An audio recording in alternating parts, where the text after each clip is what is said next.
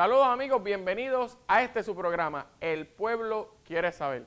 Una vez más, muchas gracias por recibirnos en sus hogares y un saludo muy afectivo a todas esas personas que continúan comunicándose con nosotros y expresando su gran satisfacción con su programa de análisis, El Pueblo Quiere Saber. Como siempre les digo, este es el único programa que hace un análisis real, responsable y profundo sobre muchos de los temas de interés en el país. En el programa de hoy quiero darle un poco de continuidad a uno de los temas que estuvimos abordando en el programa anterior. Esto porque la gran mayoría de las personas que se comunicaron al canal y a través del correo electrónico y demás con este servidor, expresaron lo importante que es que se haga énfasis en ese tipo de cosas, porque es lo que Puerto Rico necesita. Y a lo que me refiero es al proceso de dragado del lago La Plata. Fíjense que aquí en este programa estuvimos hablando sobre el proceso de dragado que se inició en el lago La Plata o en el embalse La Plata gracias a un solo alcalde. Un solo alcalde decidió atender la situación que la autoridad de acueducto y alcantarillado sola, por sí misma, no podía atender. Y luego se unió el alcalde de Bayamón. Y ya luego se han unido más alcaldes. Y como hemos podido ver en los reportajes que se han estado presentando recientemente, el dragado ya hoy es una realidad. Ya definitivamente hay más esperanza de que Puerto Rico sí tiene la capacidad y el calibre para unir fuerza, para unir propósito y poder definitivamente redirigirnos hacia las cosas que sí debemos prestarle atención y que tenemos que hacer en favor del pueblo de Puerto Rico y la ciudadanía puertorriqueña. No podemos permitir políticos que se dediquen única y exclusivamente a luchar desde sus trincheras, sus finalidades políticas y personales, sus agendas totalmente personales y politiqueras. Necesitamos políticos de alto calibre y necesitamos invitar a otros políticos a que se unan en esas agendas de trabajo, en las agendas para las cuales el pueblo de Puerto Rico los elige. Y en el programa anterior hablé directamente para el alcalde de Guaynabo, que es un municipio grande, con muy buenos recursos, y es un municipio que se abastece del embalse La Plata y todavía hoy se rehúsa a trabajar.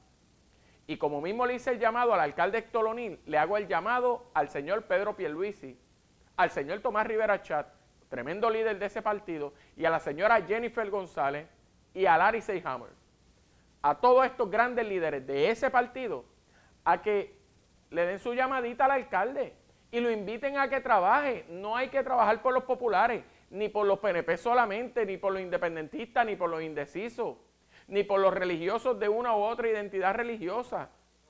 Hay que trabajar por todo. No se olviden que no solo del embalse La Plata se sirven personas de uno u otro partido político, se sirven personas mayores de edad, se sirven niños, se sirven enfermos, se sirven centros de cuidado envejecientes, centros de cuidado infantil, se sirve a algún padre o madre como tenemos nosotros, algún padre o madre de familia, una mujer trabajadora, y tenemos que darle la mano. Nuestros comerciantes, tenemos que apoyarlos, y es responsabilidad de todos aportar lo que tengamos a nuestro haber para lograr esa finalidad, la unión de propósitos. Así que voy a estar insistiendo en que los políticos tienen que ya salir de su zona de comodidad y ponerse a trabajar verdaderamente en favor del pueblo. Y a todos los que me escuchan y a todos los que me sintonizan en su hogar, ya se acercan las elecciones, ya prácticamente van a comenzar dentro de unos meses las actividades político-partidistas y van a comenzar ustedes a ver a los zombies que hemos tenido por políticos merodeando por su urbanización, por sus barrios, por sus sectores, a venir con las promesas de cada 4 años y el disquito rayado. Vamos a comenzar a hacerle presión. Vamos a comenzar a fiscalizar su trabajo. no olviden que la situación económica que atraviesa Puerto Rico en gran medida es responsabilidad de ellos, por su inacción, por el mangoneo, por hablar mucho y hacer poco o nada. Los únicos responsables de la crisis económica han sido los políticos que han estado de alguna u otra forma relacionados al poder en cualquiera de los turnos. No es este cuatrenio, no fue el pasado y no fue el anterior. Fueron muchos los cuatrenios que abonaron a la crisis económica que tenemos hoy. Y es injusto, totalmente injusto, que pretendan que unos pocos sean los que resuelvan el problema. Necesitamos unión de propósito. Y vamos a estarle solicitando y demandando a los políticos de turno, a los políticos del patio, que metan mano, que se pongan a trabajar, que para luego es tarde. Amigos, y definitivamente, unido un poco a esto, quiero comentar sobre el acuerdo al que se ha estado o se llevó a cabo con la Autoridad de Energía Eléctrica o entre la Autoridad de Energía Eléctrica y algunos de sus bonistas. En días recientes la señora Lisa Donoghue anunció que habían logrado unos acuerdos con un grupo de bonistas, pero que ciertamente todavía restan otros bonistas más con los cuales hay que reunirse y lograr acuerdos. Me parece muy interesante porque no se ha materializado de manera total los acuerdos con cada sector de inversionistas o bonistas de la autoridad, y ya escucho voces de crítica. Ya escucho definitivamente sectores buscándole los defectos al acuerdo que se haya llegado o no. Yo creo que cuando uno mira este tipo de situación tiene que ser bastante equilibrado, justo y muy responsable.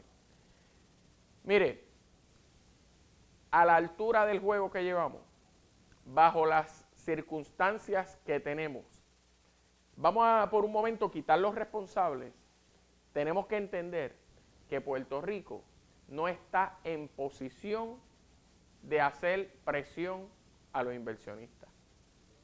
Puerto Rico no está en posición de ponerse a hacer unos reclamos de manera unilaterales.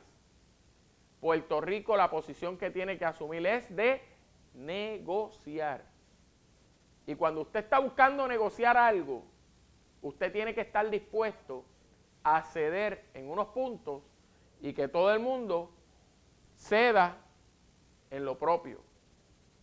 Y no puede usted pretender ir a una negociación con un listado de sus condiciones que sean intocables o que de alguna manera sean inalterables, porque entonces usted no va a negociar nada, usted va con intenciones de imponer su necesidad e imponer sus soluciones y su criterio y su alternativa. Así que a la mesa de negociación no se puede ir con estructuras rígidas. Uno tiene que ir de alguna manera con un sentido de flexibilidad, dispuesto a atemperarse y a acomodarse a unas cosas que nos van a presentar ahí.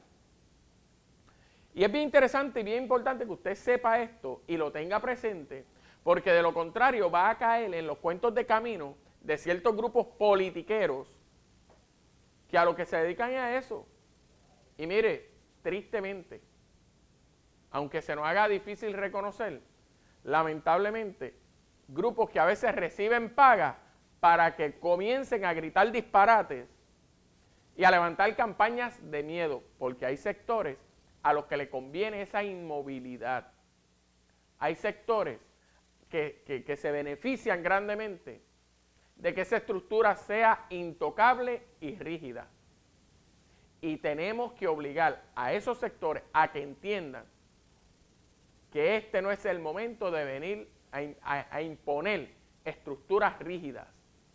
Tenemos que ser conscientes y tenemos que ser realistas con la posición que tenemos. No estamos en una posición cómoda.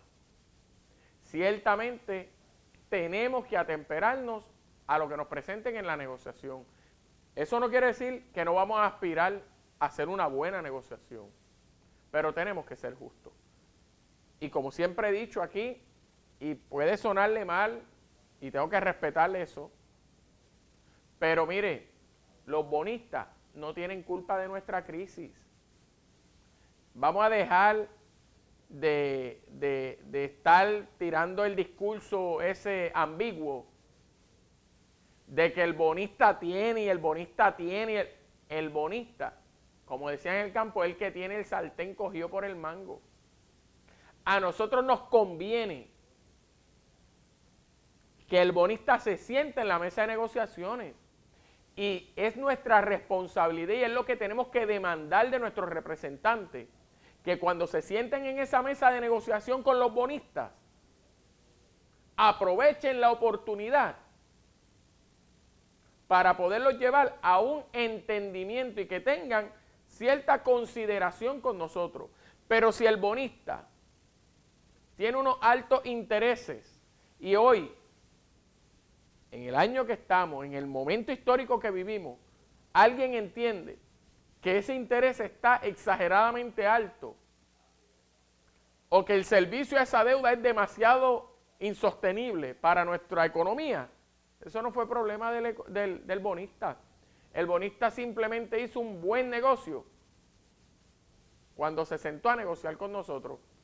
El que lo hizo mal fue el que nos estaba representando y aceptó en ese momento que sí, tal vez estaba en una posición de hacer una exigencia más a tono con nuestra realidad y no la hizo. Ese popular o PNP que hizo eso, es el responsable. Vamos a decirlo así porque así es que es.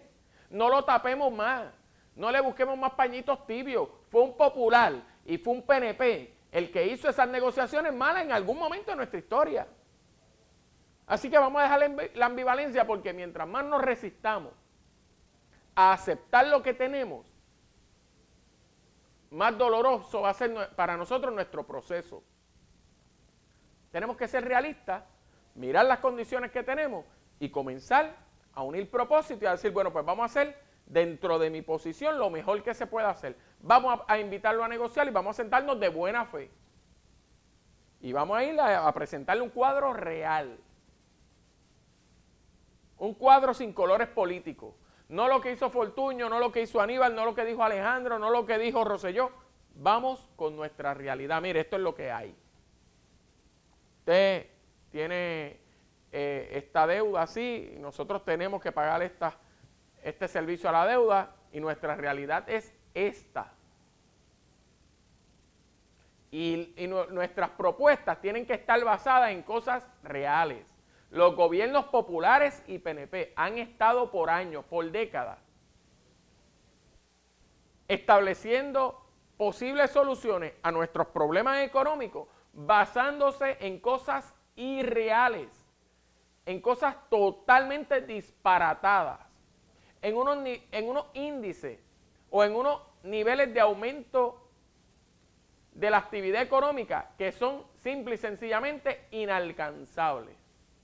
En un momento de decrecimiento económico, de contracción económica, los partidos de turno han estado cifrando la esperanza en un crecimiento de un 2 y un 3% de crecimiento económico. Mire, eso es tremendo disparate.